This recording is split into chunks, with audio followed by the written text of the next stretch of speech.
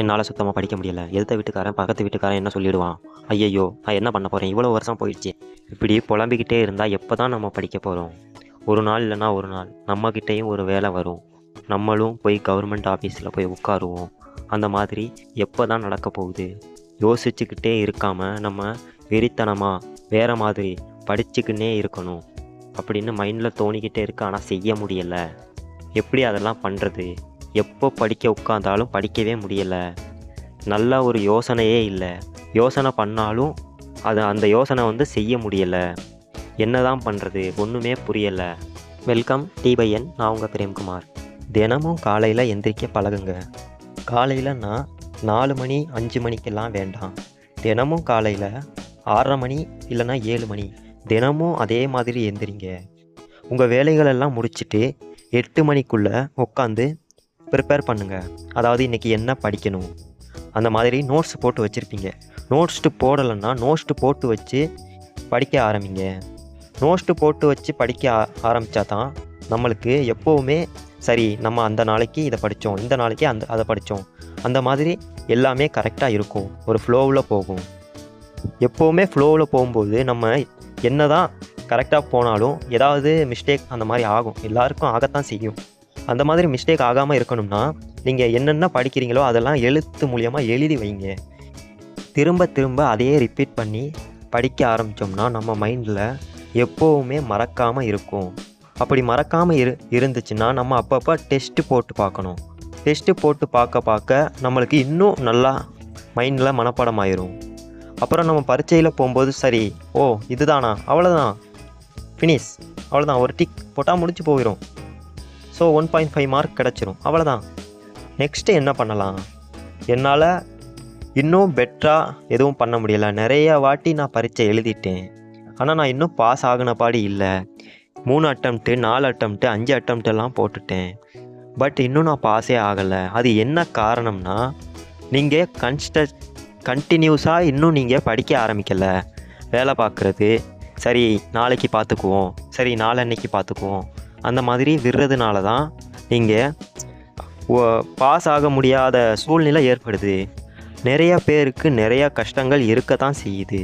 அந்த கஷ்டங்கள் எல்லாம் நம்ம அது மறக்கவும் முடியாது. இருந்தாலும் அதை ஓவர் கம் பண்ணிவிட்டு நம்ம படிக்க ஆரம்பிக்கணும்.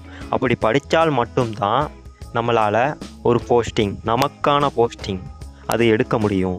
எப்படியாவது கண்டிப்பாக இந்த வருஷம் பாஸ் பண்ணணும். சரி, இந்த வருஷம் நான் பாஸ் ஆக முடியலைன்னா நம்ம எப்படியாவது ஒரு 3 இயர்ஸ் கண்டினியூஸாக படித்து நம்ம எப்படியாவது ஒரு வேலை வாங்கணும். அப்போ தான் நம்ம ஃபேமிலி, நம்மளை சுற்றி இருக்கிறவங்கள நம்ம பார்த்துக்க முடியும். சரி, அது எப்படி நம்ம அச்சீவ் பண்ணுறதுன்னு பார்க்கலாம். எப்போவுமே எல்லாரும் ஏதாவது ஒன்று சொல்லிக்கிட்டே தான் இருப்பாங்க. அதாவது இப்போ படிக்க உட்காந்துட்டோம்னா, இவன் எங்கடா வேலை வாங்க போகிறான், இவன்லாம் ஏன் படிக்கிறான், எதுக்கு இவன் தேவையில்லாமல் பண்ணிக்கிட்டு இருக்கான், ஒழுங்காக ஏதாவது ஒரு ப்ரைவேட் ஜாப்பு இல்லைனா ஏதாவது ஒரு வேலைக்கு, கடைக்கு, மளிகை கடை, துணி கடை, ரேஷன் கடையிலையும் வேலைக்கு சேர்க்க மாட்டான். அதுக்கு நம்ம 5 லட்ச ரூபா கட்டினா தான் உள்ளேயே போக முடியும். அதனால் எப்போவுமே நீங்கள் படித்து எப்படியாவது காசெல்லாம் கட்டாத ஒரே வேலைன்னா டிஎன்பிஎஸ்சி தான். டிஎன்பிஎஸ்சி தான் பெஸ்ட் ஆப்ஷனாக கவர்மெண்டில் இருக்குது. அது கொஞ்சம் கஷ்டம், கொஞ்சம்தான் கஷ்டம். யூபிஎஸ்சி மாதிரியான 10-15 வருஷம் படிச்சுட்டு போஸ்டிங் கிடைக்காத மாதிரிலாம் கிடையாது. அது ஒரு 3 வருஷம் 4 வருஷம் படித்தாலே, சில பேர் 6 மாதம் படிச்சுட்டு தான் வேலை வாங்குகிறான். அந்த மாதிரிலாம் நான் சொல்ல கிடையாது. எப்படியாவது நம்ம ஒரு போஸ்டிங் ஒரு 3 இயர்ஸ்க்குள்ளே வாங்கிடலாம், அவ்வளோதான். Simple matter.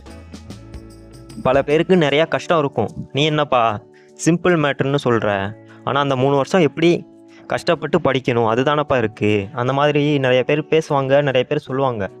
பட் கண்டினியூஸ்ங்கிறது நீங்கள் படிக்கும்போது அது எப்படியாவது நம்ம அச்சீவ் பண்ணணும், அந்த மாதிரி தாட்டில் படித்தாதான் நம்மளால் ஒரு போஸ்டிங் வாங்க முடியும். சரி, ஓகே, எல்லாம் பண்ணியாச்சு, நான் படிச்சுட்டேன், எக்ஸாம் போயிட்டேன், அடுத்து என்ன, நெக்ஸ்ட் என்ன, வேலை பார்த்துட்டே சம்பளம் வாங்க வேண்டியதான், அவ்வளோதான், ஃபினிஷ். சரி ஓகே சார், நான் படிக்க ஆரம்பிக்கிறேன். எப்படி படிக்கிறது? அது கொஞ்சம் எனக்கு ஒன்றும் புரியலை. எப்படி ஆரம்பிக்கிறதுன்னு தெரியலைன்னா ஒன்றுமே இல்லைங்க. ஆல்ரெடி நிறைய பேர் படிச்சுக்கிட்டு இருப்பாங்க. அவங்கக்கிட்ட நம்ம போய் கேட்டோம்னா அவங்க வந்து எப்படி படிக்கிறாங்கங்கிறது நமக்கு சொல்லுவாங்க. சரி, எனக்கு தெரிஞ்சவங்க யாருமே இல்லை, என்ன பண்ணலாம்? நம்ம வந்து இன்ஸ்டாகிராம் இல்லைன்னா டெலிகிராம் இருக்கும். டெலிகிராமில் போயிட்டு டிஎன்பிஎஸ்சின்னு சர்ச் பண்ணாலே நிறைய டெலிகிராம் பேஜ் இருக்குது. அதில் ஏதாவது ஒன்று நம்ம போய் ஜாயின் பண்ணி அதில் உள்ள இதை நம்ம லேர்ன் பண்ணிக்கலாம். சரி, அதுவும் இல்லை சார், ஒன்றும் தெரியலை சார் அப்படின்னா நம்ம கவர்மெண்ட், அதாவது டிஎன் கவர்மெண்ட்டே நிறையா வெப்சைட் வச்சுருக்கு, இல்லை நிறையா சோர்ஸ் வச்சுருக்கு. டிஎன்பிஎஸ்சிக்குன்னே நிறைய சோர்ஸ் இருக்குது. அந்த சோர்ஸை நம்ம லேர்ன் பண்ணிக்கலாம். சரி, அது நம்ம எடுத்துக்கலாம். சரி, எப்படி எடுக்கிறது? ஒரு ப்ராப்ளமும் இல்லை. நம்ம டிஎன்பிஎஸ்சி இதுக்குன்னே ஈஸியான மெத்தடில், ரொம்ப ரொம்ப ரொம்ப ரொம்ப ஈஸியான மெத்தடில் சிலபஸ்னு ஒன்று போட்டு வச்சுருக்கு. அந்த சிலபஸை எடுத்து அதன் பிரகாரமாக நம்ம படிக்க ஆரம்பிக்கணும். அதன் பிரகாரமாக படித்தாலே இந்த வருஷம் டிஎன்பிஎஸ்சியில், இப்போ வரப்போகிற டிஎன்பிஎஸ்சியில் நமக்கான ஒரு போஸ்டிங்கை நம்ம எடுத்துக்கலாம். சரி, ஓகே, நான் சிலபஸ் எடுத்து படிக்க ஆரம்பிச்சிட்டேன். நெக்ஸ்ட்டு என்ன பண்ண? கண்டினியூஸ், நான் முன்னாடி சொன்ன மாதிரி கண்டினியூஸாக அதையே திரும்ப திரும்ப படிக்கணும், டெஸ்ட் எழுதணும். அப்புறம் இன்னொரு இது இருக்குது. உங்களால் தொடர்ந்து படிக்க முடியலைன்னா ஏதாவது ஒரு இன்ஸ்டிடியூட் பக்கத்தில், யாராவது இன்ஸ்டிடியூட் இல்லைன்னா சேர்ந்து குழுவாக ஒன்றா உட்காந்து படிக்கணும். அப்படி படித்தாதான் திரும்ப திரும்ப அவங்ககிட்டையும் இவங்ககிட்டையும் போய் கொஸ்டின் கேட்கும்போது நம்மளுக்கு வந்து இன்னும் கொஞ்சம் லேர்ன் ஆகும். அப்படி லேர்ன் ஆக ஆக ஆக ஆக நம்மளால் இன்னும் நல்லா நம்மளோட பிரெயின் நல்ல ஒரு புத்துணர்ச்சி ஏற்படும். அந்த மாதிரி புத்துணர்ச்சி ஏற்பட நம்ம 8 மணிக்கு படிக்க ஆரம்பிக்கிறோம்னா கொஞ்சம் முன்னாடி 7:30 மணிக்கே படிக்க ஆரம்பிப்போம். நம்மளோட மைண்ட் வேலை வாங்கணுங்கிற அந்த தாட் எப்போவுமே ஓடிக்கிட்டே இருக்கணும். தினமும் காலையில் எந்திரிச்சோன்னே கடவுளை பிரார்த்திக்கிறோமோ இல்லையோ, நம்ம ஒரு வேலை வாங்கணுங்கிற எண்ணம் எப்போவுமே இருந்துக்கிட்டே இருக்கணும். அப்போ தான் நல்ல ஒரு முயற்சியும் நல்ல ஒரு லட்சியமும் நம்மளுக்கு ஏற்படும். நம்ம வாழ்க்கையில் கடமையும் சரி லட்சியமும் சரி ஒன்றா தான் இருக்குது. லட்சியம் இருந்தால் தான் கடமை, கடமை இருந்தால் தான் லட்சியம். எந்த ஒரு பொருளோ, எந்த ஒரு இடமோ, எந்த ஒரு பணம், அதாவது பாசம், பற்று, அந்த மாதிரி எதுவாக இருந்தாலும் அது எங்கே போய் நிற்கிதுன்னா நம்மளோட வருமானத்தில் தான் போய் நிற்கிது. அதனால் எல்லாரும் நல்லா யோசித்து சிந்தித்து படித்து ஒரு நல்ல வேலைக்கு போகணும். அந்த மாதிரியான தாட்டு எப்போவுமே இருந்துக்கிட்டே இருக்கணும். சரி, ஓகே, எக்ஸாம் ஹாலில் போய் உக்காந்தவுடனே கொஸ்டினை பார்த்தவுடனே நம்மளுக்கு அறியாமலேயே ஒரு புன்முறுவல், அதாவது சிரிச்சிட்டிங்கன்னா அந்த எக்ஸாம் நீங்கள் பாஸ் பண்ண போகிறீங்கிறது தான் அர்த்தம். ஏன் அந்த புன்முறுவல் வருதுன்னா நம்மளுக்கு தெரிஞ்சது எல்லாமே வந்துருச்சு, அதனால தான் அந்த புன்முறுவல் வருது. அந்த கொஸ்டினை பார்த்தோன்னே நம்மளை அறியாமலேயே நம்ம சிரிப்போம். சரி, ஓகே, இந்த வருஷம் நம்ம கொஸ்டின் அது நம்மளுக்கு தெரியாமலே நம்மளுக்கு அது தெரிஞ்சிருக்கு. அப்படியே சிரிப்பு வரும், அப்படியே ஒரு மாதிரி. அந்த மாதிரி உங்களுக்கு தோணிருச்சுன்னா அந்த எக்ஸாமில் நீங்கள் வெற்றி அடைஞ்சிருவீங்க. எப்போவுமே எல்லாமே படிக்கும்போது ஒரு ஆனந்தத்தோட அற்புதமான மகிழ்ச்சியோடு படிங்க.